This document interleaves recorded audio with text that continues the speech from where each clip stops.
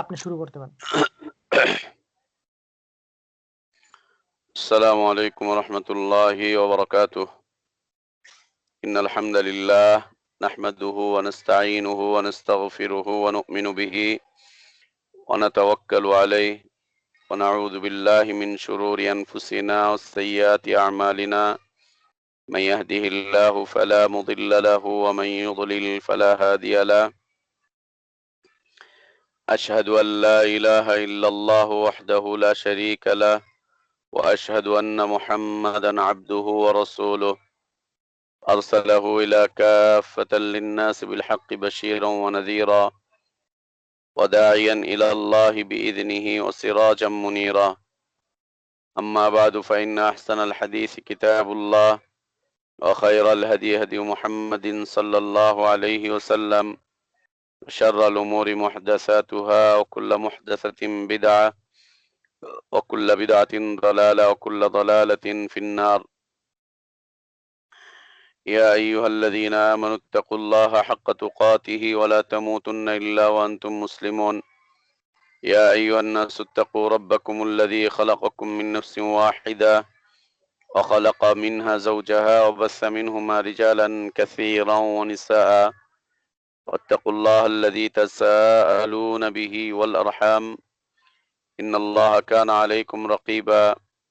يا أيها الذين آمنوا اتقوا الله وقولوا قولا سديدا يصلح لكم أعمالكم ويغفر لكم ذنوبكم ومن يطع الله ورسوله فقد فاز فوزا عظيما. اللهم انفعنا بما علمتنا وعلمنا ما ينفعنا وزدنا علما. اللهم إنا نعوذ بك من علم لا ينفع ومن قلب لا يخشع ومن نفس لا تشبع ومن دعوة لا يستجاب لها. اللهم آت نفوسنا تقواها وزكها أنت خير من زكاها أنت ولينا ومولاها. اللهم أحسن عاقبتنا في الأمور كلها وأجرنا من خزي الدنيا وعذاب الآخرة يا ذا الجلال والإكرام. সমস্ত প্রশংসা যাবতীয় গুণগান একমাত্র কেবলমাত্র শুধুমাত্র আল্লাহ রাব্বুল আলামিন আহকামুল হাকিমিন আরহামুর রাহিমিন ইলাহুল আলামিনের জন্য, যিনি আমাদেরকে মুসলিম করে সৃষ্টি করেছেন, যিনি আমাদের জন্য উত্তম হালাল রিজকের ব্যবস্থা করেছেন, যিনি আমাদেরকে বিশুদ্ধ হিদায়াতের পথে আহ্বান জানিয়েছেন, যিনি আমাদেরকে মৃত্যু দিবেন, যিনি আমাদেরকে পুনরায় কিয়ামতের দিন তাঁর সামনে হিসাবের কাঠগড়ায় দাঁড় করাবেন এবং বিশুদ্ধ ঈমান বিশুদ্ধ আমলের ভিত্তিতে যিনি আমাদেরকে নাজাত আর জাযা দান করবেন, সে আল্লাহর প্রশংসা, যিনি আমাদেরকে প্রতি সপ্তাহের মতো আজকেও দ্বীনী তালিমি মাজলিসে অংশগ্রহণ করার তৌফিক দান করেছেন। আলহামদুলিল্লাহ।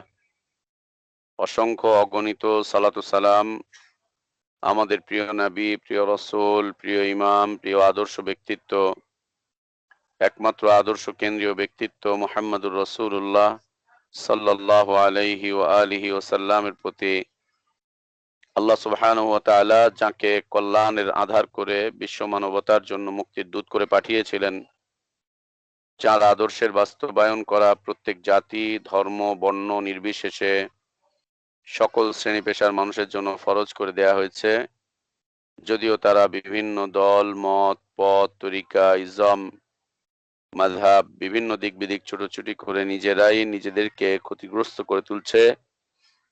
সে আদর্শ নবী, আদর্শ রাসূল, আদর্শ ইমাম, আদর্শ দায়ী, আদর্শ ব্যক্তিত্বের প্রতি সালাত ও সালাম, যার আদর্শের বাস্তবায়ন প্রকৃত হিদায়াত, কল্যাণ, নাজাত আর সফলতার পথ। আল্লাহুম্মা সাল্লি আলা মুহাম্মদ ওয়া আলা আলি মুহাম্মদ কামা সাল্লাইতা আলা ইব্রাহিম ওয়া আলা আলি ইব্রাহিম ইন্নাকা হামিদুম মাজিদ। আল্লাহুম্মা বারিক আলা মুহাম্মদ ওয়া আলা আলি মুহাম্মদ কামা বারাকতা আলা ইব্রাহিম ওয়া আলা আলি ইব্রাহিম ইন্নাকা হামিদুম মাজিদ।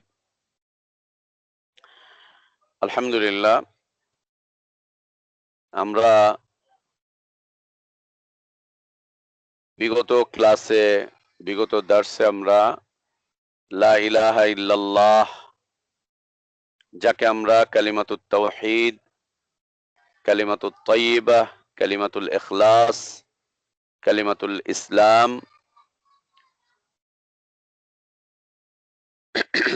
হিসেবে যেই কালিমাকে আমরা চিনে থাকি, জেনে থাকি, সে লা ইলাহা ইল্লাল্লাহর তাফসীর নিয়ে আমরা আলোচনা করছিলাম, লা ইলাহা ইল্লাল্লাহর ব্যাখ্যা নিয়ে আলোচনা করছিলাম। লা ইলাহা ইল্লাল্লাহ অত্যন্ত মর্যাদাপূর্ণ একটি কালিমা, অত্যন্ত গুরুত্বপূর্ণ একটি কালিমা হচ্ছে লা ইলাহা ইল্লাল্লাহ। আল্লাহ তাবারক ওয়া তাআলা এই কালিমাকে অত্যন্ত গুরুত্বপূর্ণ করেছেন। ইসলাম এবং কুফরির মাঝখানে পার্থক্যকারী বিষয়বস্তু। কোন কাফেরকে ইসলামের দিকে আহ্বান করতে হলে, ইসলামের ছায়াতলে কোন কাফেরকে নিয়ে আসতে হলে লা ইলাহা ইল্লাল্লাহ হচ্ছে মাধ্যম। এটিকে আমরা মাস্টার কি হিসাবে বলতে পারি। মাস্টার কি, লা ইলাহা ইল্লাল্লাহ অত্যন্ত গুরুত্বপূর্ণ কালিমা। এটি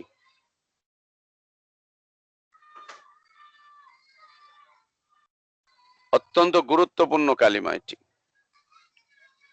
আল্লাহ নবী সাল্লাল্লাহু আলাইহি ওয়া আলিহি ওয়াসাল্লাম এই লা ইলাহা ইল্লাল্লাহ সম্পর্কে বলছেন, আফজালুয যিকরি লা ইলাহা ইল্লাল্লাহ, সর্বোত্তম জিকির হচ্ছে লা ইলাহা ইল্লাল্লাহর জিকির।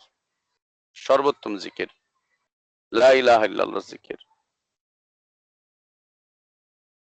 আল্লাহ রাসূল সাল্লাল্লাহু আলাইহি ওয়া আলিহি ওয়াসাল্লাম আল্লাহকে স্মরণ করার সর্বোত্তম কালিমা হিসাবে লা ইলাহা ইল্লাল্লাহ কে উল্লেখ করেছেন। এর চাইতে উত্তম আর কোনো কালিমা নেই আল্লাহকে স্মরণ করার জন্য। আল্লাহ রাসূল সাল্লাল্লাহু আলাইহি ওয়াসাল্লাম বলছেন, যে ব্যক্তির শেষ কথা হবে লা ইলাহা ইল্লাল্লাহ দাখালাল জান্নাহ, আল্লাহ তাকে জান্নাতে প্রবেশ করাবেন, সে জান্নাতে প্রবেশ করবে।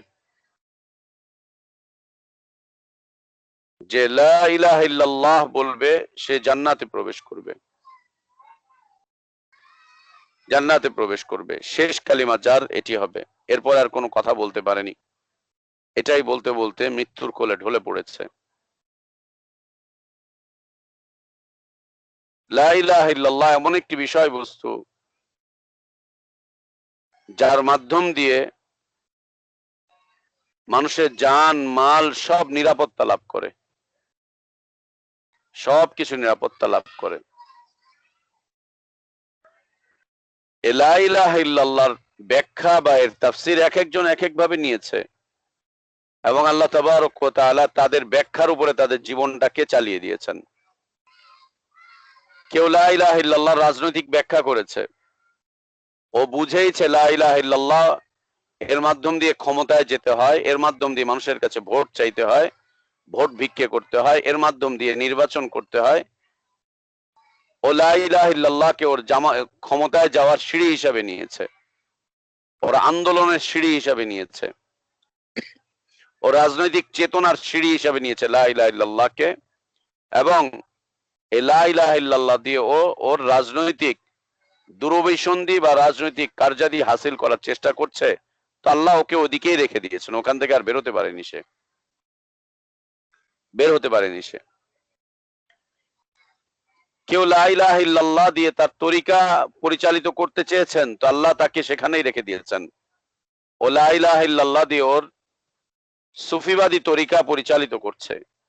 কেউ চিশতি হয়েছে, নকশবন্দি হয়েছে, কেউ মুজাদ্দিদি হয়েছে, কেউ সোহরাওয়ার্দী হয়েছে, কেউ লা ইলাহা ইল্লাল্লাহ দিয়ে ওয়াহদাতুল ওজুদের মধ্যে চলে গিয়েছে। আল্লাহ ওকে ওখানেই রেখে দিয়েছেন। ও লা ইলাহা ইল্লাল্লাহ দিয়ে সুফিবাদ বুঝেছে, খালেক আর মাখলুককে এক করে দেওয়ার বিষয়বস্তু বুঝেছে লা ইলাহা ইল্লাল্লাহ দিয়ে। খালেক আর মাখলুক দুইটার মধ্যে আর কোনো পার্থক্য থাকে না, ওদের লা ইলাহা ইল্লাল্লাহ জিকিরের মাধ্যম দিয়ে স্রষ্টা আর সৃষ্টি দুইটা একাকার হয়ে যায়, এক হয়ে মিলেমিশে আলাদা হওয়ার কোনো সুযোগ থাকে না। কি জঘন্য বিষয়বস্তু, কি জঘন্য বিষয়বস্তু।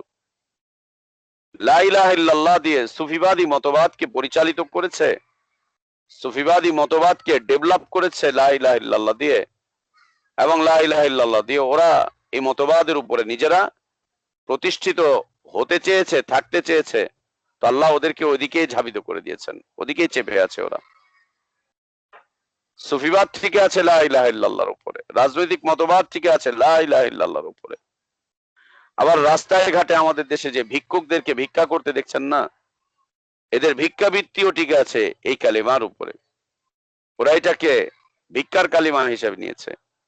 কে রাজনৈতিক কালিমা হিসেবে নিয়েছে, তো কে এটাকে ভোট ভিত্তিক কালিমা হিসেবে নিয়েছে, তো কে এটাকে সুফিবাদী কালিমা হিসেবে নিয়েছে, তো কেউ এটাকে ভিক্ষার কালিমা হিসেবে নিয়েছে। আর আল্লাহ তাবারক ওয়া তাআলা আম্বিয়া আলাইহিমুস সালাতু ওয়াস সালাম গণকে পৃথিবীতে লা ইলাহা ইল্লাল্লাহ দাওয়াত দিয়ে পাঠিয়েছিলেন পৃথিবীর পট পরিবর্তনের লক্ষ্যে, পৃথিবীর অবস্থার পরিবর্তনের লক্ষ্যে, পৃথিবীর মানুষগুলোর চিন্তা চেতনা নীতি আদর্শ আখলাক এগুলো পরিবর্তনের লক্ষ্যে আম্বিয়া আলাইহিমুস সালাতু ওয়াস সালাম গণকে দিয়ে লা ইলাহা ইল্লাল্লাহ দাওয়াতের পরিচালনা করিয়েছিলেন। লা ইলাহা ইল্লাল্লাহ এটি একটি দাওয়াতি কালেমা, এটি একটি দাওয়াতি কালিমা, যে কালিমার দিকে সকল নবী রাসূলগণ আহ্বান জানিয়েছিলেন, দাওয়াত দিয়েছিলেন। অত্যন্ত পাওয়ারফুল একটি কালিমা হচ্ছে লা ইলাহা ইল্লাল্লাহ। মানুষের মন মস্তিষ্ক মগজ সবকিছুতে চরম পরিবর্তন ঘটিয়ে দিয়েছিল লা ইলাহা ইল্লাল্লাহ। আজ লা ইলাহা ইল্লাল্লাহ নিয়ে উম্মতে ইসলাম অলস হয়ে পড়েছে, অথর্ব হয়ে পড়েছে। লা ইলাহা ইল্লাল্লাহ নিয়ে অলস হয়ে পড়েছে, অথর্ব হয়ে পড়েছে, কর্মহীন হয়ে পড়েছে। কোনো খোঁজ খবর নেই যে লা ইলাহা ইল্লাল্লাহর অর্থ কি, শর্ত কি, এর দাবি কি, এর বিষয়বস্তু কি, এর হুকুম কি, এর হুকুম কি। কেউ হয়তো ভাবেও না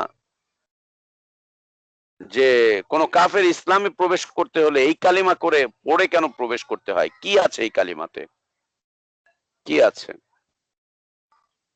আর এই কালিমার মর্যাদা আল্লাহ তাবারক ওয়া তাআলা এত বেশি কেন করেছেন।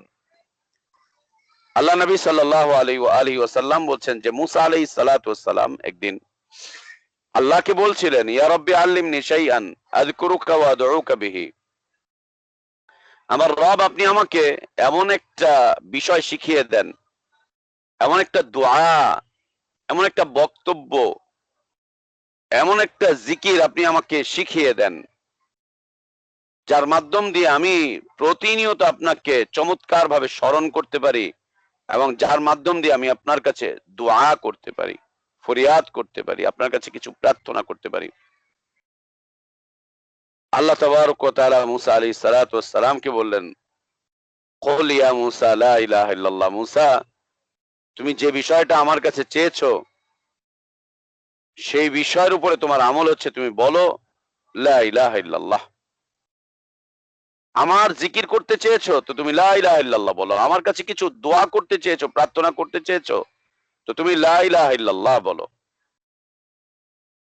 তুমি লা ইলাহা ইল্লাল্লাহ বলো। মুসা আলাইহিস সালাতু ওয়াস সালাম আল্লাহ তাবারক ওয়া তাআলাকে বলছেন, আল্লাহ আপনার সব বান্দা তো এই কথা বলে, সবাই তো এই কথা বলে, আপনার প্রত্যেক বান্দা তো মুখে এই কালেমা জারি আছে, কুল্লু ইবাদিকা ইয়াকুলুনা হাদা। আপনার সব বান্দা তো এই কথা বলে, কে বলে না। দেখেন, শিয়ারাও লা ইলাহা ইল্লাল্লাহ বলে, কাদিয়ানীরাও লা ইলাহা ইল্লাল্লাহ বলে, রাফিজিরাও লা ইলাহা ইল্লাল্লাহ বলে, খারিজিরাও লা ইলাহা ইল্লাল্লাহ বলে, সুফিবাদী মতবাদের লোকজনরাও লা ইলাহা ইল্লাল্লাহ বলে, ইসলামকে নিয়ে যারা ছিন্ন ভিন্ন হয়ে পড়েছে ওরাও লা ইলাহা ইল্লাল্লাহ বলে, ইসলামের যারা বিভিন্ন ধরনের অপব্যাখ্যা দিয়েছে এরাও লা ইলাহা ইল্লাল্লাহ বলে, কে বলে না লা ইলাহা ইল্লাল্লাহ। এবং অন্যান্য ধর্মের মানুষগুলো তাদের ধর্মীয় ভাষাতে লা ইলাহা ইল্লাল্লাহ বলে, হিন্দুরা হিন্দুদের ধর্মীয় ভাষায় লা ইলাহা ইল্লাল্লাহ বলে, পৌত্তলিকরা, মূর্তি পূজকরা, ইহুদিরা, নাসারারা, ওরা ওদের ধর্মীয় ভাষায় লা ইলাহা ইল্লাল্লাহ পাঠ করে, ওদেরটাই।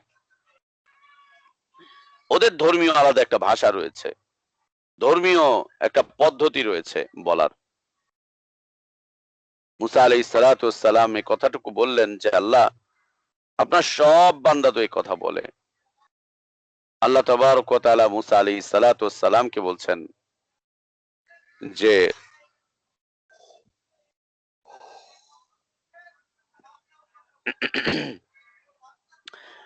তিনি মুসা আলাইহিস সালাতু ওয়াস সালামকে বলছেন, লাউ আন্না আস-সামাওয়াতি আস-সাবআ ওয়া আমিরুহুন্না গায়রি ওয়াল আরদিনা আস-সাবআ ফি কিফফা ওয়া লা ইলাহা ইল্লাল্লাহ ফি কিফফা মালাত বিহিন্না লা ইলাহা ইল্লাল্লাহ। মুসা, ৭ আসমান এবং ৭ জমিন, এর মধ্যে আমি ছাড়া যত কিছু আছে, তার মানে আল্লাহ ছাড়া পুরো সৃষ্টি জগৎ, আল্লাহ ছাড়া পুরো সৃষ্টি জগৎ, আসমান এবং আসমানের মধ্যে যা আছে, জমিন এবং জমিনের মধ্যে যা আছে, আল্লাহ ছাড়া সব কিছুকে যদি এক পাল্লায় রাখা হয়, আর এই লা ইলাহা ইল্লাল্লাহকে যদি এক পাল্লায় রাখা হয়, তো এই লা ইলাহা ইল্লাল্লাহর পাল্লা ঝুলে যাবে, ভারী হয়ে যাবে, ভারী হয়ে যাবে, মালাত, ভারী হয়ে যাবে, ঝুলে যাবে, ঝুঁকে যাবে। পুরো আসমান জমিন লা ইলাহা ইল্লাল্লাহর কাছে কিছুই নয়। আসমান এবং জমিন এবং এর মধ্যে যা কিছু আছে, লা ইলাহা ইল্লাল্লাহর কাছে, এর মর্যাদার কাছে, এর বৈশিষ্ট্যের কাছে এগুলো কিছুই নয়। বরং আল্লাহ তাবারক ওয়া তাআলা সবকিছুকে সৃষ্টি করেছেন লা ইলাহা ইল্লাল্লাহর জন্য। সবকিছুকে তিনি সৃষ্টি করেছেন, সবকিছুকে তিনি পরিচালনা করছেন লা ইলাহা ইল্লাল্লাহর জন্য, এর জন্য।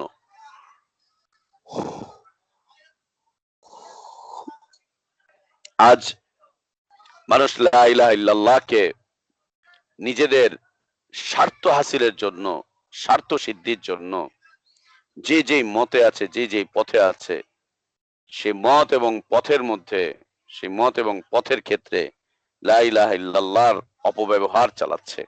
ব্যবহার না, অপব্যবহার চালাচ্ছে। আল্লাহ আমাদেরকে হেফাজত করেন, উম্মতে ইসলামকে লা ইলাহা ইল্লাল্লাহ বোঝার তৌফিক দান করেন। উপস্থিতি,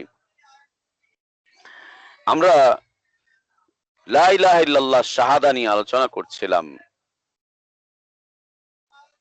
যদি কেউ লা ইলাহা ইল্লাল্লাহ থেকে কোনো ফলাফল অর্জন করতে চায়, তার জীবনে যদি, জীবনটুকু যদি লা ইলাহা ইল্লাল্লাহর উপরে উঠাতে চায়, তার জীবনটা যদি লা ইলাহা ইল্লাল্লাহ অনুযায়ী পরিচালনা করতে চায়, যদি পরিচালনা করতে চায়, তাহলে তাকে অন্তত পক্ষে 5টা বিষয় থেকে খুব কঠিন ভাবে বেঁচে থাকতে হবে, খুব কঠিন ভাবে বেঁচে থাকতে হবে, অন্তত পক্ষে 5টি বিষয় থেকে খুব কঠিন ভাবে বেঁচে থাকতে হবে।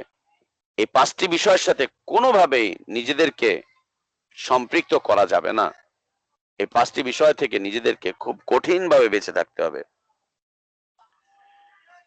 লা ইলাহা ইল্লাল্লাহ স্বীকৃতি দিবে, এর শাহাদা দিবে, আর আল্লাহ এবং বান্দা দুইটার মাঝখানে কোনো অবৈধ ওসিলাকে দাঁড় করাবে, তো ওর লা ইলাহা ইল্লাল্লাহ বলায় কোনো ফায়দা হবে না, ওর কোনো ফায়দা হবে না। দুনিয়াতে ওর প্রয়োজনগুলো পুরো হয়ে যাবে, কিন্তু ও লা ইলাহা ইল্লাল্লাহর মাঝখানে, লা ইলাহা ইল্লাল্লাহর মাঝখানে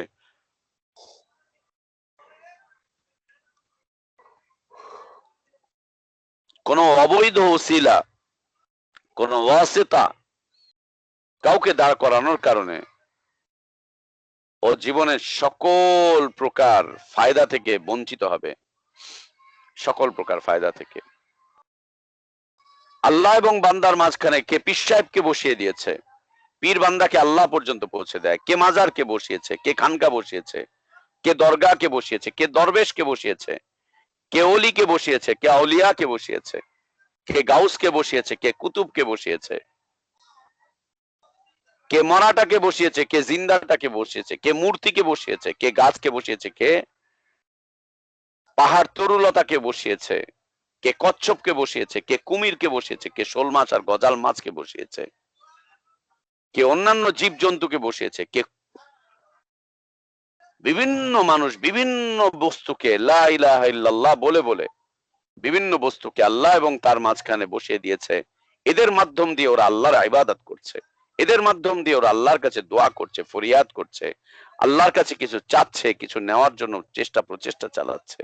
এগুলোর মাধ্যম দিয়ে কে পীরের মাধ্যম দিয়ে আল্লাহর কাছে চায়, কে দরগার মাধ্যম দিয়ে চায়, কে খানকার মাধ্যম দিয়ে চায়, কে অলিয়া উলিয়াগুলোর মাধ্যম দিয়ে চায়, কে গাছপালার মাধ্যম দিয়ে চায়, কে কবরের মাধ্যম দিয়ে চায়, কে মাজারের মাধ্যম দিয়ে চায়, কে খানকার মাধ্যম দিয়ে চায়, কে মূর্তির মাধ্যম দিয়ে চাচ্ছে, কেউ দেখা কোনো বস্তুর মাধ্যম দিয়ে চাচ্ছে, কেউ অদৃশ্য কোনো বস্তুর মাধ্যম দিয়ে আল্লাহর কাছে চাচ্ছে। সরাসরি আল্লাহর কাছে নিজে নাচে অন্য কাউকে, কোনো মাখলুককে আল্লাহর মাঝখানে এবং তার আল্লাহ এবং তার মাঝখানে এনে দাঁড় করিয়ে দিচ্ছে ওসিলা হিসেবে, ওসিলা হিসেবে। এটি মনে রাখতে হবে যে একজন ব্যক্তি লা ইলাহা ইল্লাল্লাহ শাহাদা দিবে আর সরাসরি আল্লাহর ইবাদত থেকে বিমুখ থাকবে, অন্যের মাধ্যম দিয়ে আল্লাহর ইবাদত করবে, ও লা ইলাহা ইল্লাল্লাহ শাহাদা ওর জীবনে তেমন কোনো কল্যাণ বয়ে আনবে না। লা ইলাহা ইল্লাল্লাহ শাহাদা দিয়েছো তো সরাসরি আল্লাহর ইবাদত করো, সরাসরি আল্লাহর উপরে তাওয়াক্কুল করো, সরাসরি আল্লাহর কাছে প্রত্যাবর্তন করো, সরাসরি আল্লাহর কাছে আত্মসমর্পণ করো, সরাসরি আল্লাহর কাছে দোয়া করো, ফরিয়াদ করো, সরাসরি করো, সরাসরি করো। কোনো ওসিলা দরকার নেই, কোনো ওয়াসিতা দরকার নেই, না মানুষ, না জিন, না মালাইকা, কাউকে দরকার নেই, কাউকে দরকার নেই।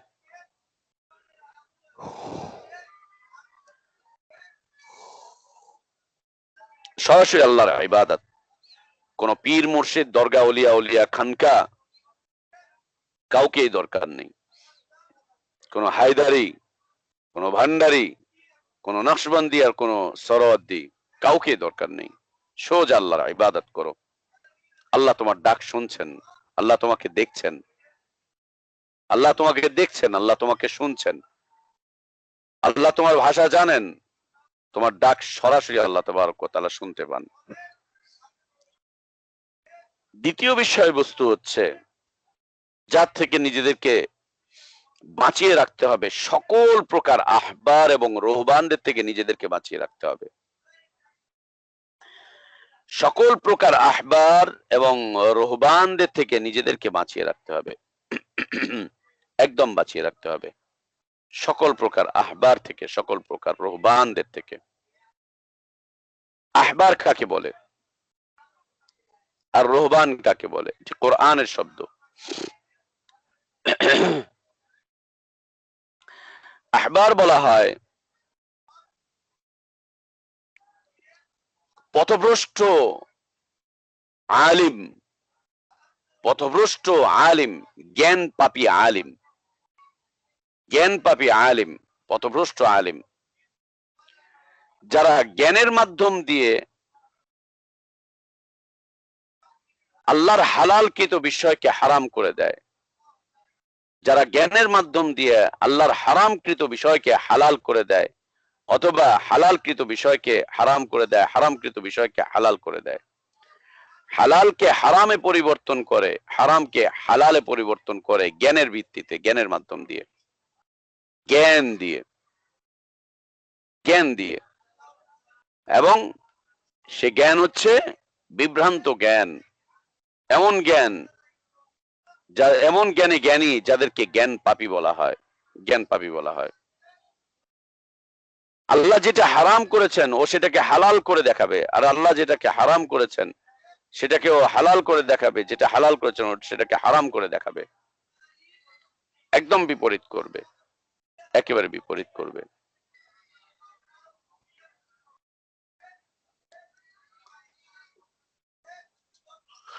আল্লাহর বিধানে পরিবর্তন নিয়ে আসবে ও জ্ঞানের মাধ্যম দিয়ে। সে জ্ঞান হবে অপরাধের জ্ঞান, সে জ্ঞান হবে পাপের জ্ঞান, গুনাহের জ্ঞান, গুনাহের জ্ঞান। সে জ্ঞানের ভিত্তি হবে হচ্ছে অপব্যাখ্যা, অপব্যাখ্যা, তাওয়িল, অপব্যাখ্যার জ্ঞান। চতুর্দিকে তাকিয়ে দেখেন, প্রত্যেক ধর্মীয় গোষ্ঠীর কাছে আলেম রয়েছে। চিশতি, নকশবন্দি, সোহরাওয়ার্দী, মুজাদ্দেদি, 126 তরিকা আর 170 তরিকা, সকল মাযহাব, সকল মত, সকল পথ, হায়দারি, ভান্ডারি, আটরশি, যা আছে সব গুলোর কাছে দেখেন আলেম ওলামারা রয়েছে। ওরা পীরতন্ত্রকে, মাজার তন্ত্রকে, খানকা তন্ত্রকে, দরগা তন্ত্রকে ওরা ইসলাম বানিয়ে দিয়েছে, এটাকে ইবাদত বানিয়ে দিয়েছে, এটাকে জান্নাতের রাস্তা বানিয়ে দিয়েছে, জান্নাতের রাস্তা বানিয়ে দিয়েছে। প্রত্যেক তরিকার কাছে আলেম ওলামা আছে। দেখেন কাদিয়ানীদের আলেম নেই? অবশ্যই আছে। শিয়াদের আলেম নেই? অবশ্যই আছে। সবার কাছে আলেম ওলামা রয়েছে। এই আলেমদের কাজ কি? এই আলেমদের কাজ হচ্ছে ওরা যা ফলো করে সেটাকেই মানুষের সামনে ওরা তুলে ধরবে হালাল হিসাবে। ওরা যেটাকে অপছন্দ করে সেটাকে ওরা মানুষের সামনে তুলে ধরবে হারাম হিসাবে,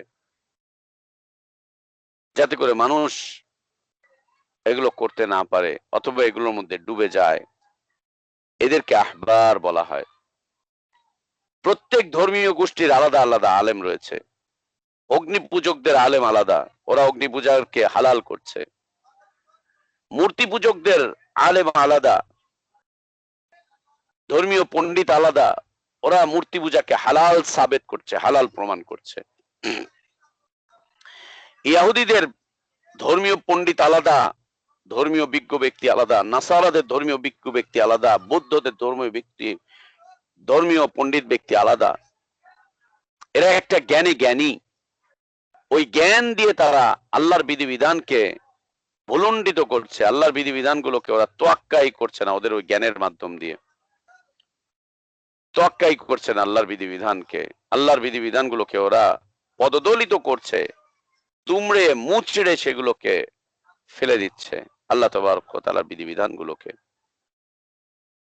এদের পরিচয় হচ্ছে কোরআনী পরিভাষা, এদের পরিচয় হচ্ছে আহবার। আহবার জ্ঞানী, জ্ঞান পাপী আলেম, যারা বিভিন্ন মতবাদে বিশ্বাসী, বিভিন্ন ধর্মীয় কৃষ্টি কালচারে যারা বিশ্বাসী, বিভিন্ন ধর্মের যারা পণ্ডিতরা আছে, শিক্ষিতরা আছে, যদিও তাদের শিক্ষা জ্ঞানটুকু আল্লাহ প্রদত্ত নয়, কিন্তু তারা ধর্ম পরিচালনা করছে তাদের জ্ঞানের মাধ্যম দিয়ে। আর আমাদের যে বিচ্ছিন্ন মতবাদগুলো, তাদের মধ্যে তো আপনি দেখতেই পাচ্ছেন মুফতি, আলেম, শায়েখ, কত কিছু আল্লামা, কত কিছু বিরাজ করছে। এদের কাজটা কি? উনি অমুক মাযহাবের আলেম, উনি তমুক মাযহাবের আলেম, উনি এই দলের আলেম, উনি সেই দলের আলেম, উনি এই মতের আলেম, উনি সেই মতের আলেম, উনি এই তরিকার আলেম, উনি সেই তরিকার আলেম। সুবহানাল্লাহ। কাদের কাছে আলেম নেই বলেন দেখি? কাদের কাছে নেই? সবার কাছে আলেম রয়েছে। এদের কাজই হচ্ছে আল্লাহর বিধানগুলোকে এরা পরিবর্তন করবে, আল্লাহর বিধানগুলোকে এরা পরিবর্তন করে ফেলবে, হালাল থেকে বের করে মানুষকে হারামের দিকে নিয়ে যাবে, আর হারাম বিষয়বস্তুগুলোকে মানুষের কাছে হালাল হিসেবে তুলে ধরবে। দ্বিতীয়ত হচ্ছে রহবান। রহবান হচ্ছে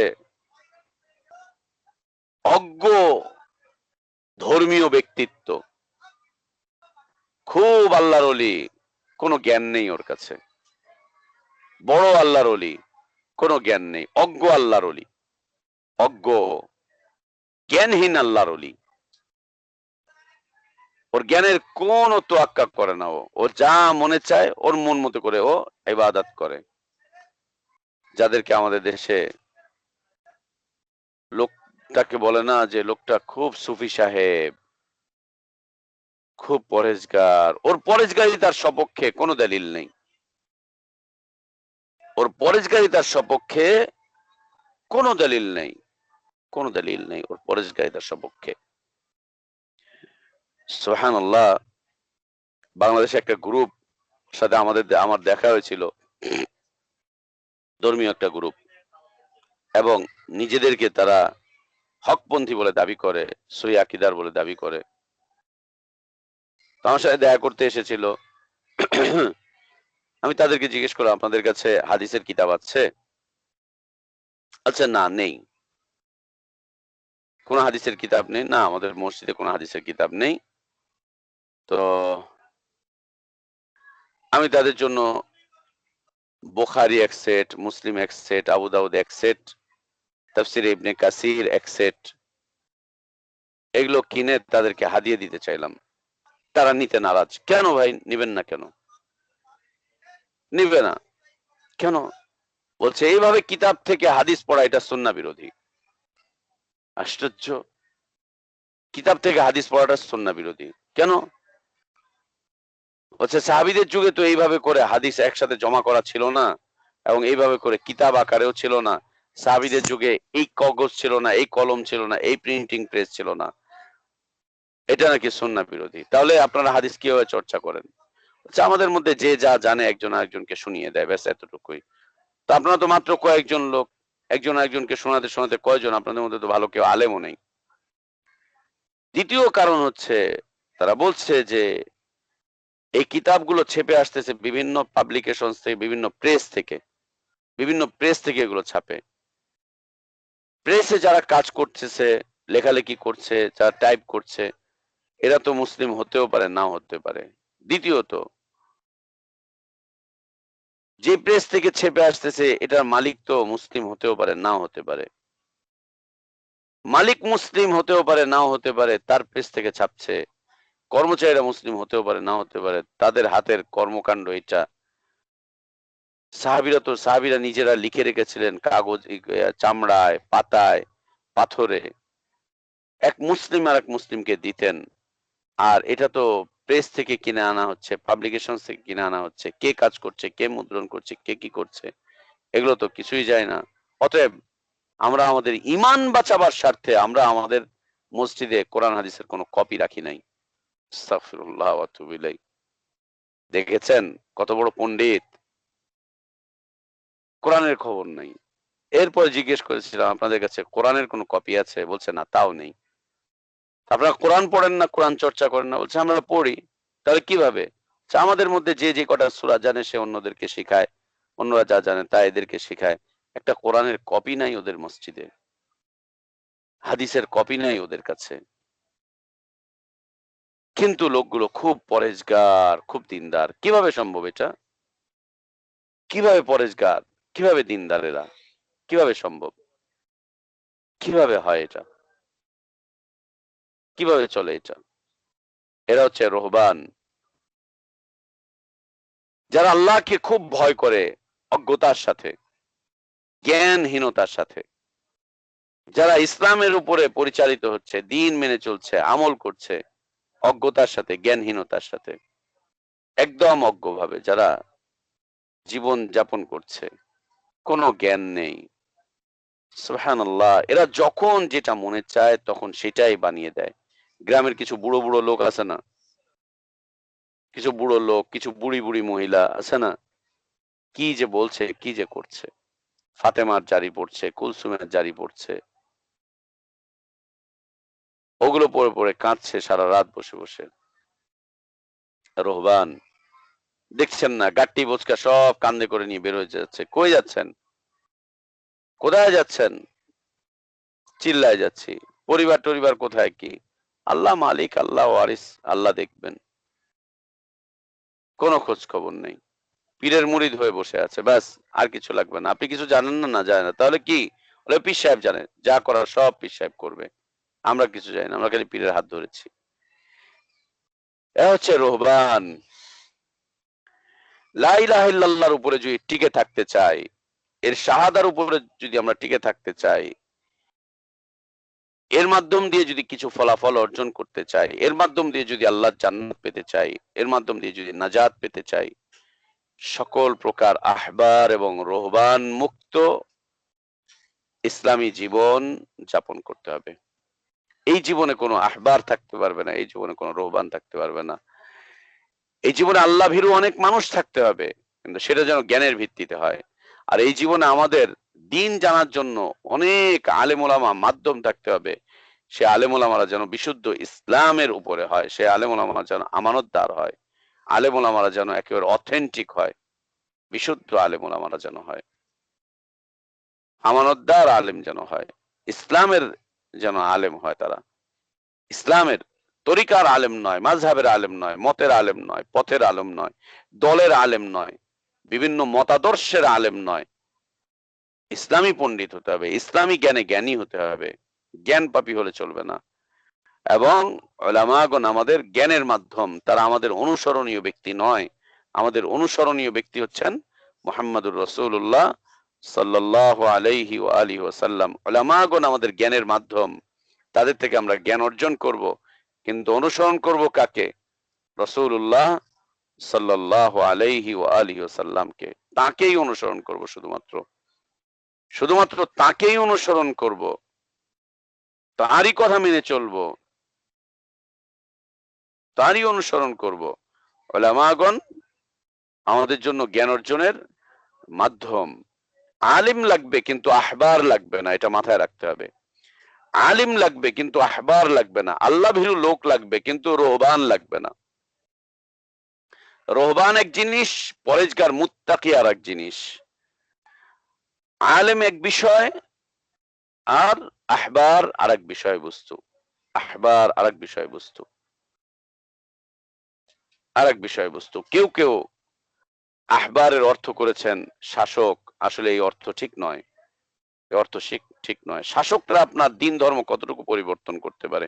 ও তো ক্ষমতা নিয়েই ব্যস্ত থাকে, ও তো ওর ক্ষমতা নিয়ে ব্যস্ত। ও যখন দেখে ওর নেতৃত্ব কর্তৃত্ব ক্ষমতায় কোনো ধরনের কোনো চিট ধরছে, কোনো ঝামেলা ধরছে, তখন ও ধর্মের দিকে মনোযোগী হয়।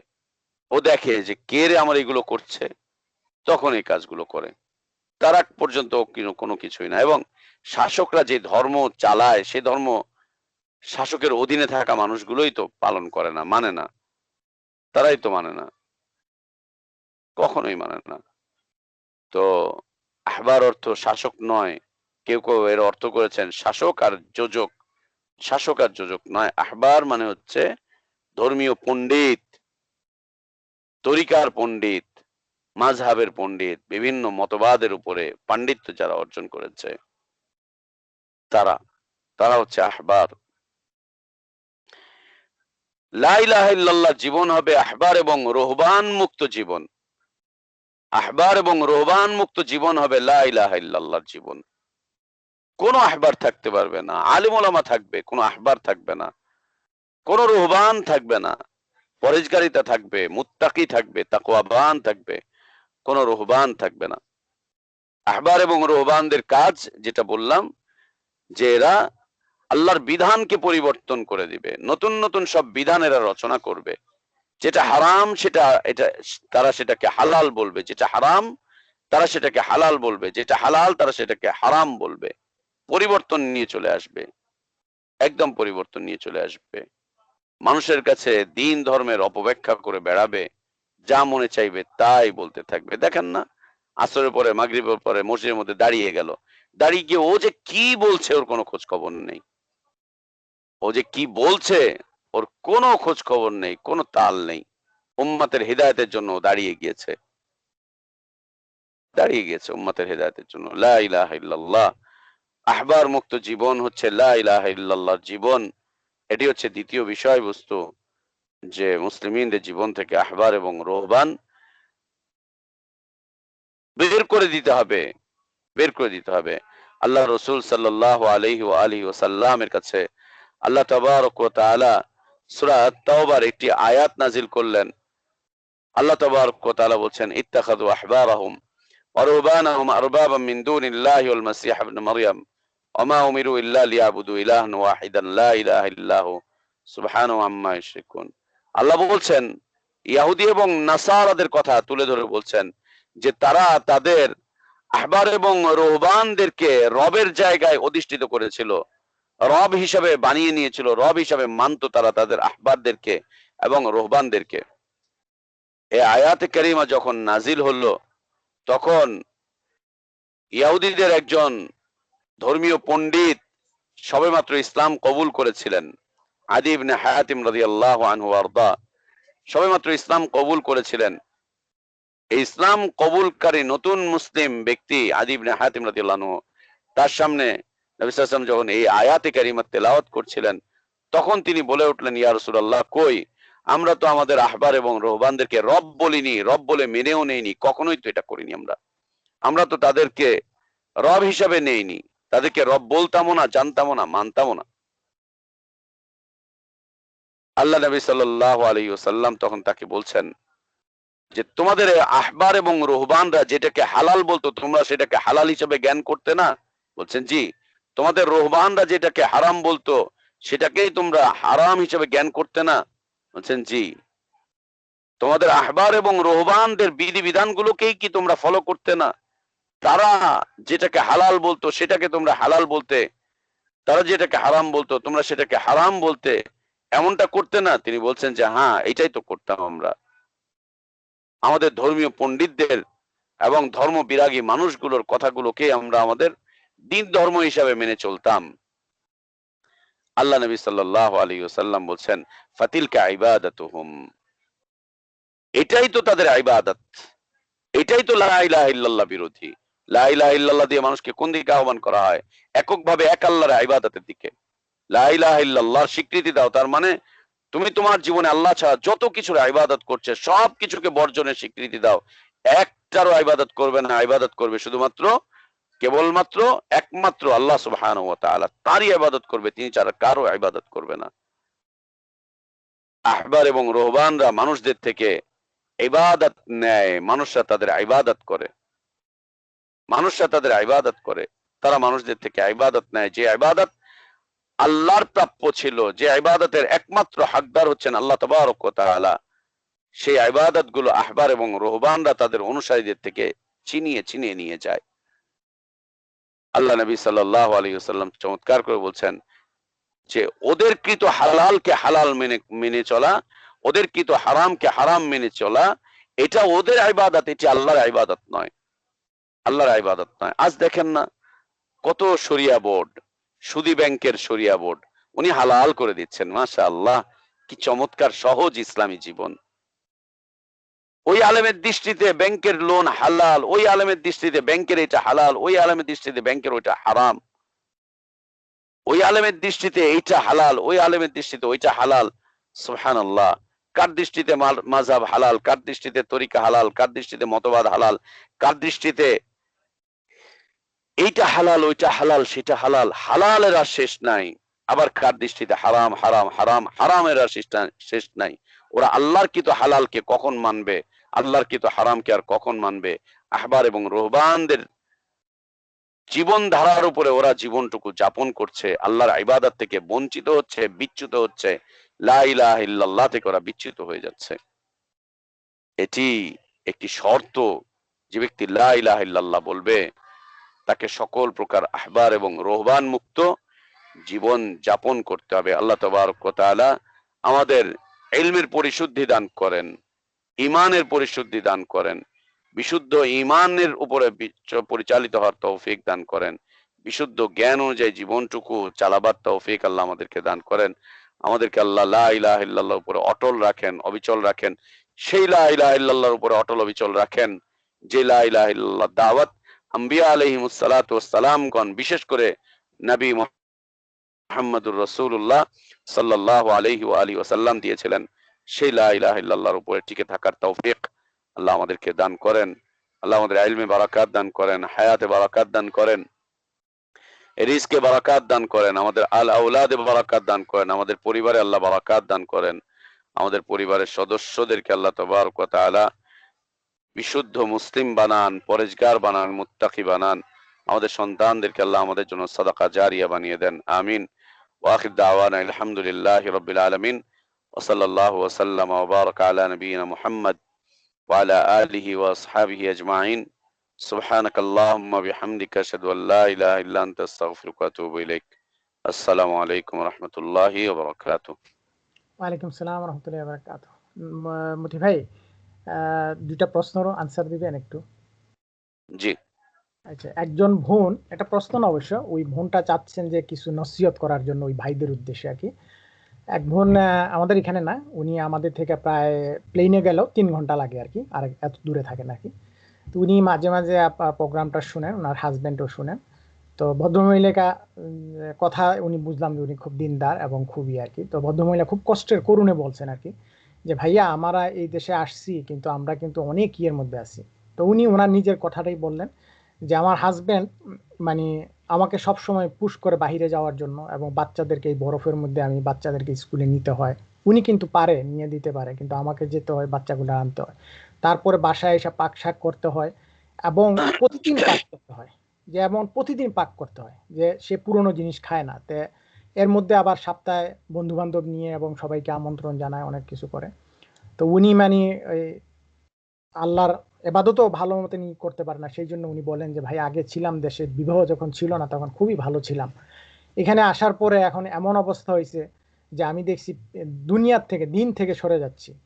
তো আপনি একটু নসিহত করবেন আমাদের ওই সমস্ত ভাইদেরকে, এবং ওই উনি বলছেন যে আমার হাজবেন্ডকেও, যে আল্লাহ ওনাদেরকে একটু রহম করুক, যে এই সমস্ত জিনিসগুলা থেকে, যে পৃথিবীটা কিছুই না, পৃথিবীটা খুবই সামান্য একটা ইয়ের জিনিস আখেরাতের জন্য। তো এইটার উপর একটু নসিহত করার জন্য। এবং বোন বলছেন যে অনেক বোনরাও আছেন এখানে, যে বোনরা পর্দাশীল, হয়তোবা একটু পর্দা, কোনো রকম মাথায় আহ, একটু হিজাব দিয়ে থাকেন এইভাবে, এবং ঘুরতেছেন বা ই করতেছেন, ওই বোনদের উদ্দেশ্য কিছু বলবেন, যে আল্লাহ ওনাদেরকেও যাতে সবর এবং ই দান করে। এই ব্যাপার উনি জানতে চাইছেন আর কি, যে আপনি একটু নসিহত করার জন্য আর কি। বারাকাল্লাহ ফিক। আলহামদুলিল্লাহ ওয়াসসালাতু ওয়াসসালামু আলা রাসূলিল্লাহ ওয়া আলা আলিহি ওয়া আসহাবিহি ওয়া মান ওয়ালা।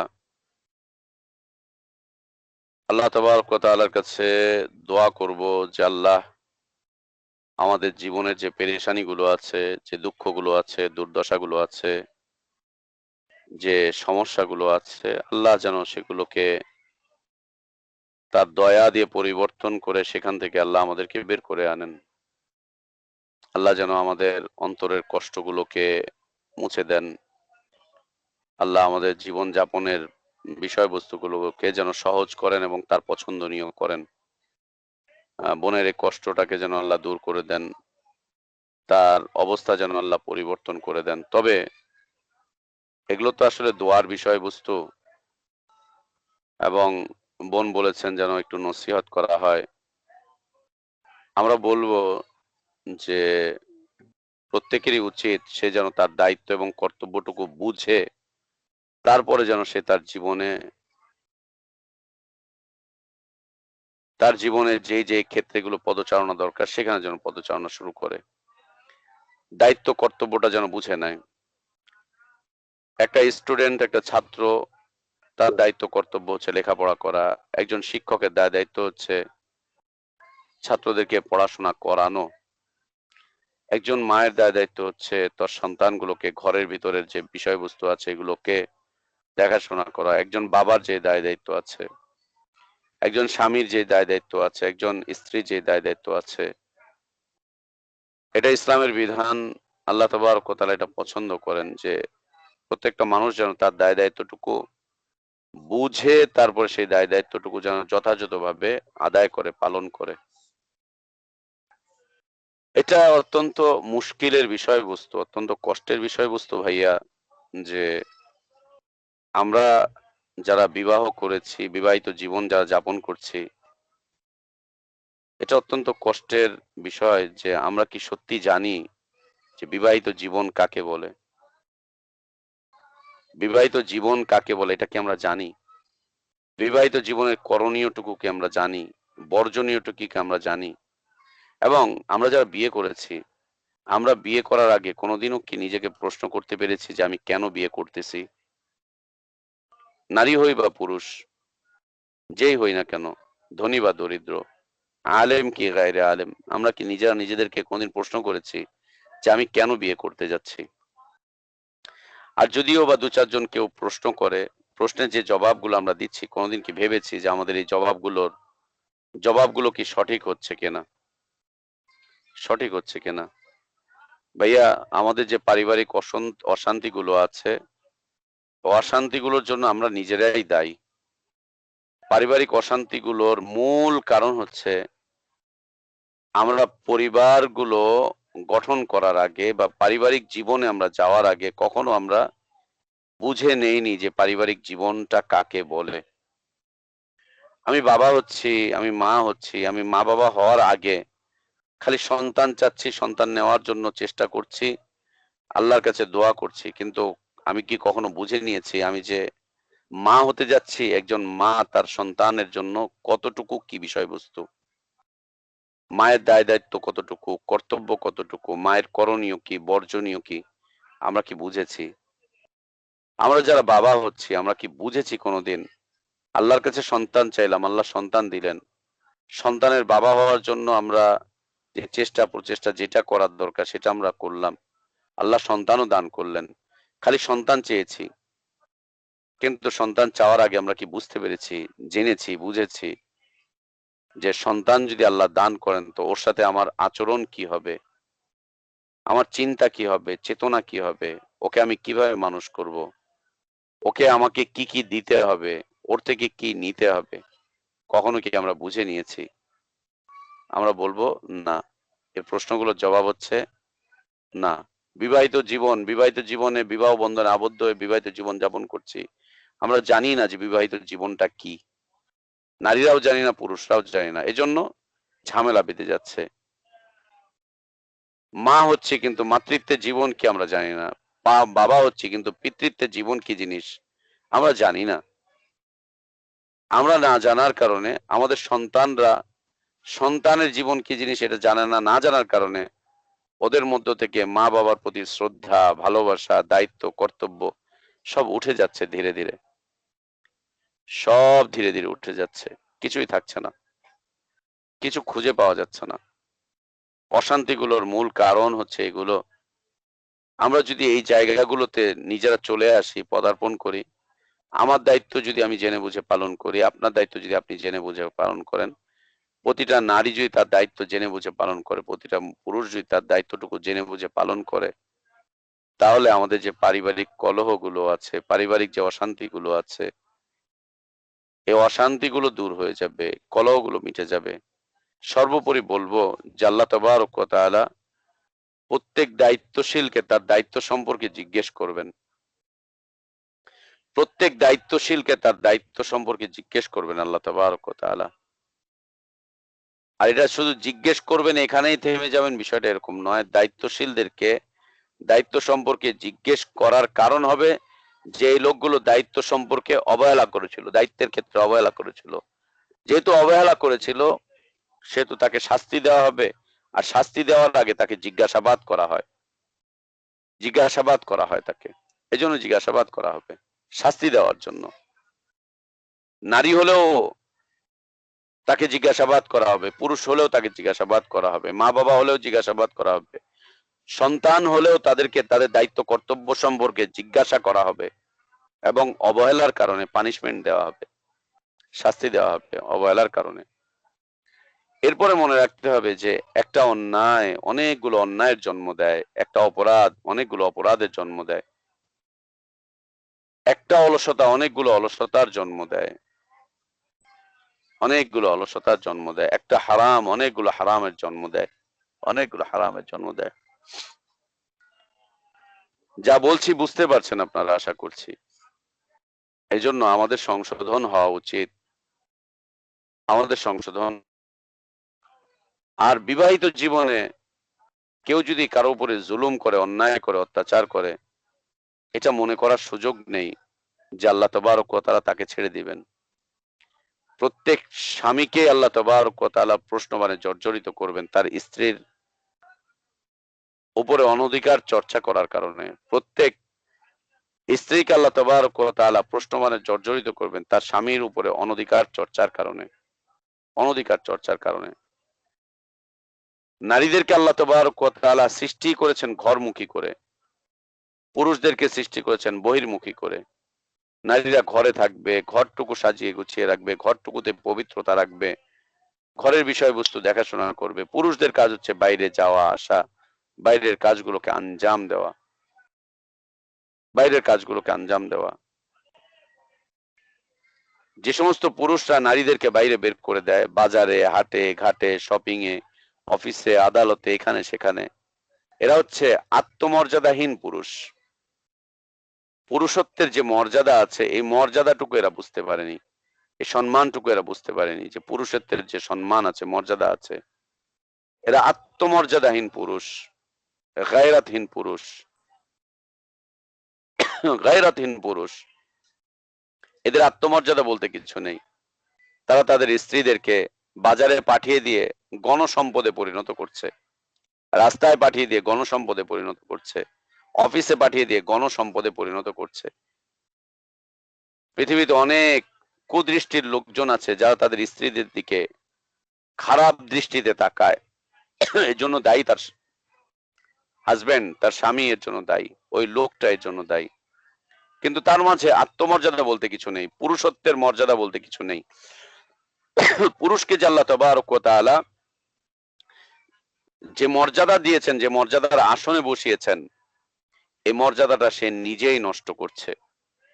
ফলশ্রুতিতে পারিবারিক কলহ, পারিবারিক দ্বন্দ্ব, পারিবারিক সমস্যা, এগুলো বেড়েই চলছে। এবং এক জেনারেশনের পরে আরেক জেনারেশন এই অসম্মানের বোঝা বহন করে বেড়াচ্ছে। মেয়েটা ওর মাকে দেখছে, মা এই কাজগুলো করে, অতএব মেয়েটাও তার জীবন ধারাটাকে ওইভাবে সাজিয়ে নিচ্ছে যে আমার মা তো অফিসে যায়, আদালতে যায়, বাইরে যায়, বাজারে যায়, হাটে যায়, আমার মাকে তো দেখেছি বাবার বন্ধুদের সাথে কথাবার্তা বলে, বাবার বন্ধুদেরকে আপ্যায়ন করে, সামনে যাচ্ছে, এই করছে সেই করছে, আমার মাকে তো এরকম দেখেছি, ওইরকম দেখেছি, সোশ্যাল নেটওয়ার্কের সাথে দেখেছি, সোশ্যাল কার্যক্রমগুলোর সাথে আমার মাকে দেখেছি। ব্যাস, মেয়েটাও ওইভাবে করে গড়ে ওঠে। সুবহানাল্লাহ।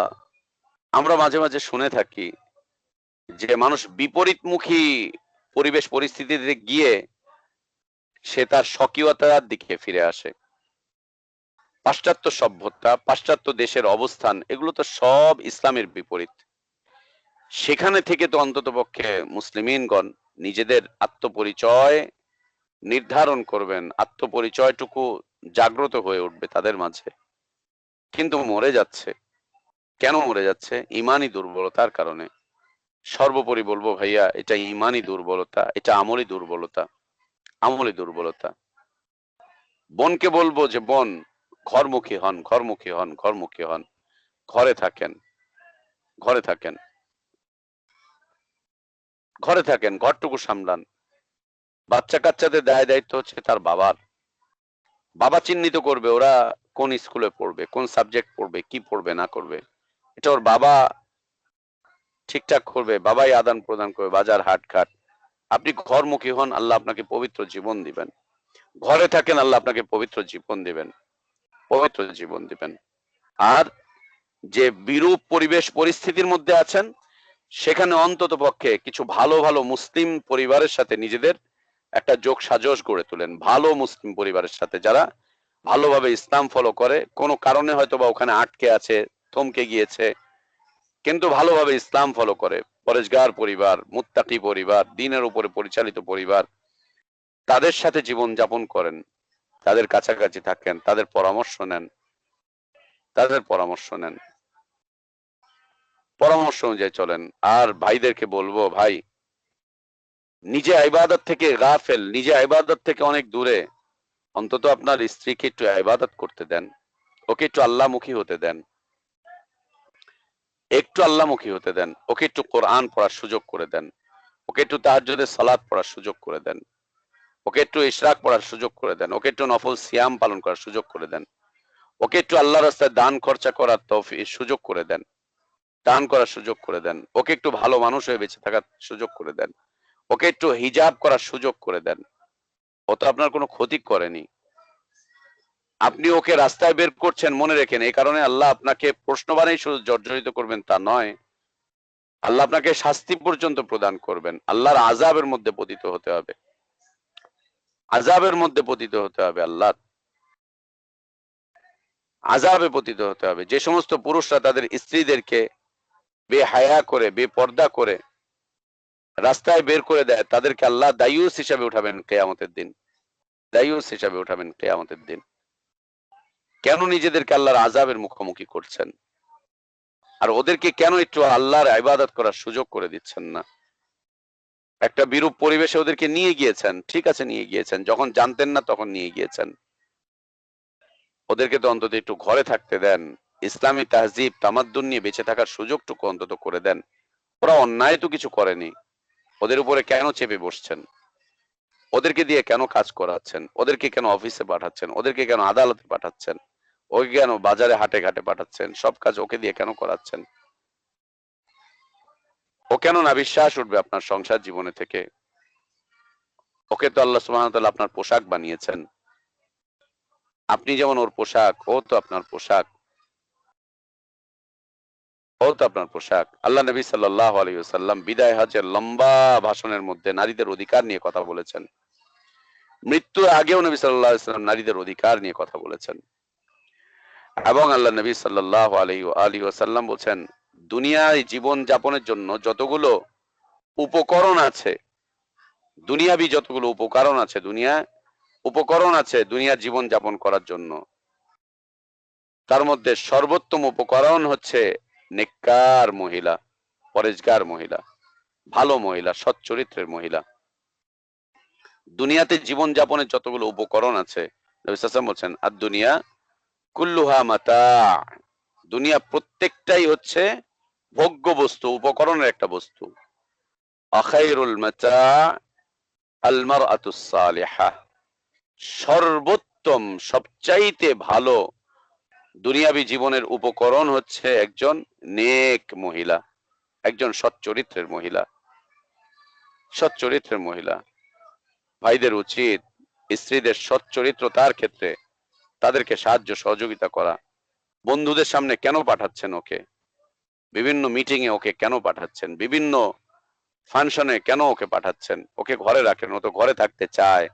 ওকে ঘরে রাখেন, ঘরে থেকে ওকে আল্লাহর ইবাদত করতে দেন, আল্লাহর আনুগত্য করতে দেন, আল্লাহর দাসত্ব করতে দেন। সর্বোপরি ওর অধিকারটুকু আদায় করেন, ওর অধিকারটুকু নষ্ট করতে যেন না। আজকে দেখেন সারা পৃথিবীতে নারীবাদী আন্দোলন চলছে, নারীরা স্বাধীনতা চাচ্ছে, নারীরা স্বকীয়তা চাচ্ছে, নারীরা স্বাধিকার চাচ্ছে। স্বাধীনতা, স্বাধিকার, স্বকীয়তা, এ দিয়ে ওরা কি বুঝাতে চাচ্ছে? দেখতে পাচ্ছেন নারীদের জীবন, যেখানে ইচ্ছা সেখানে নিজেদেরকে বিলিয়ে দিচ্ছে, তুলে ধরছে, মেলে ধরছে। এর জন্য দায়ী কারা? কারা দায়ী এর জন্য? সুবহানাল্লাহ। আল্লাহকে ভয় করি, আল্লাহকে ভয় করি, আল্লাহকে ভয় করি, আল্লাহকে ভয় করি, আল্লাহকে ভয় করি। নিজের দায়িত্ব সম্পর্কে সচেতন হই, দায়িত্বটুকু আদায় করে, দায়িত্বটুকু পালন করে, সর্বোপরি আল্লাহর আযাব থেকে বাঁচার জন্য চেষ্টা করি। আল্লাহ আমাদেরকে তৌফিক দান করেন, আল্লাহ আমাদেরকে সংশোধন দান করেন, আল্লাহ আমাদেরকে পরিশুদ্ধ জীবন দান করেন। আমিন। জি। মতি ভাই, নেক্সট যেটা প্রশ্নটা আমার এক ভাইয়ের প্রশ্নটা হলো যে, আমরা তো বুঝলাম যে ক্রিসমাসে কোনো গিফট দেওয়া, মানে এই দেশিরা যদি আমাদেরকে কোনো কিছু দেয় সেটা আমরা নেব না, যেহেতু এটা ক্রিসমাসেরই।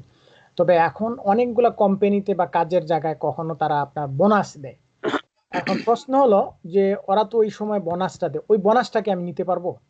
এক ভাই এটা প্রশ্ন করছে। বারাকাল্লাহ। এই প্রশ্নের দুটি দিক।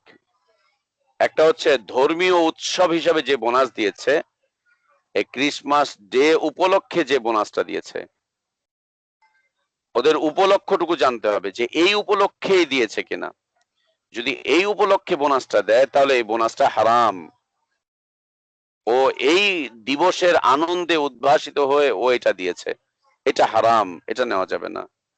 আর যদি এমন হয় যে না, বছরের যে কোনো সময় ও দিয়েছে কাজের উপরে খুশি হয়ে, যে ছেলেটা লোকটা এইভাবে করে কাজ করেছে, আমি তাকে হাদিয়া দিচ্ছি, কাজের উপরে খুশি হয়ে যদি কেউ বোনাস দেয় তাহলে সেই বোনাসটা জায়েজ, নিতে হবে, নেওয়া যাবে, এতে আপত্তির কিছু। এটা অধিকার বলে যে সুন্দরভাবে একটা বছর কাজ করেছে, সুন্দরভাবে একটা বছর সে তার ডিউটি গুলোকে পালন করেছে, এই হিসাবে তাকে যে কোনো দিন, বছরের যে কোনো দিন বোনাস দিলে সেই বোনাস নেওয়া যাবে কাজের হিসাবে। যে ও আমার এখানে কাজ করেছে, আমি এত প্রফিট পেয়েছি, এই পেয়েছি, এটা যে কোনো দিন দিতে পারে। এটা ক্রিসমাস ডেতেও দিতে পারে, আগেও দিতে পারে, পরেও দিতে পারে, যে কোনো দিন দিতে পারে, সেটা নেওয়া জায়েজ। আর যদি ধর্মীয় দৃষ্টিকোণ থেকে দেওয়া হয়, যে এটা আমাদের এই দিবস উপলক্ষে আমরা আনন্দে উদ্ভাসিত হয়ে এই দিবস উপলক্ষে আমরা এটাকে উৎসর্গ করছি, তাহলে এটা নাজায়েজ, এটা হারাম, এটা করা যাবে না। কারণ এটা ধর্মীয় কারণ জড়িত এর সাথে। এর মাধ্যম দিয়ে অন্য ধর্মের প্রতি আকৃষ্ট হবে, অন্য ধর্মকে ভালোবাসা হবে, অন্য ধর্মের মাধ্যম দিয়ে জীবন জীবিকা ধর্মীয় কারণ দিকে চলে যাবে, সেটা করা যাবে না। আল্লাহু আলাম, বাকি আল্লাহ জানেন। জাযাকাল্লাহ মতি ভাই, আমার এই দুইটাই প্রশ্ন ছিল। এখন জানি না ভাইদের কোনো প্রশ্ন থাকলে, যদি কোনো একটা প্রশ্ন থাকে তো করতে পারেন। আজকে ছেড়ে দেন, ক্লাস করাবো। ঠিক আছে মতি ভাই, ইনশাআল্লাহ। আচ্ছা জি। আসসালামু আলাইকুম ওয়া রাহমাতুল্লাহ। সাল্লাল্লাহু আলা নবিয়িনা মুহাম্মদ ওয়া আলা আলিহি ওয়া সাহবিহি আজমাইন। সুবহানাকাল্লাহুম্মা ওয়া বিহামদিকা আশহাদু আল লা ইলাহা ইল্লা আনতা আস্তাগফিরুকা ওয়া আতুবু ইলাইক। আসসালামু আলাইকুম ওয়া রাহমাতুল্লাহি ওয়া বারাকাতুহু। ওয়া আলাইকুম সালাম ওয়া রাহমাতুল্লাহি ওয়া বারাকাতুহু।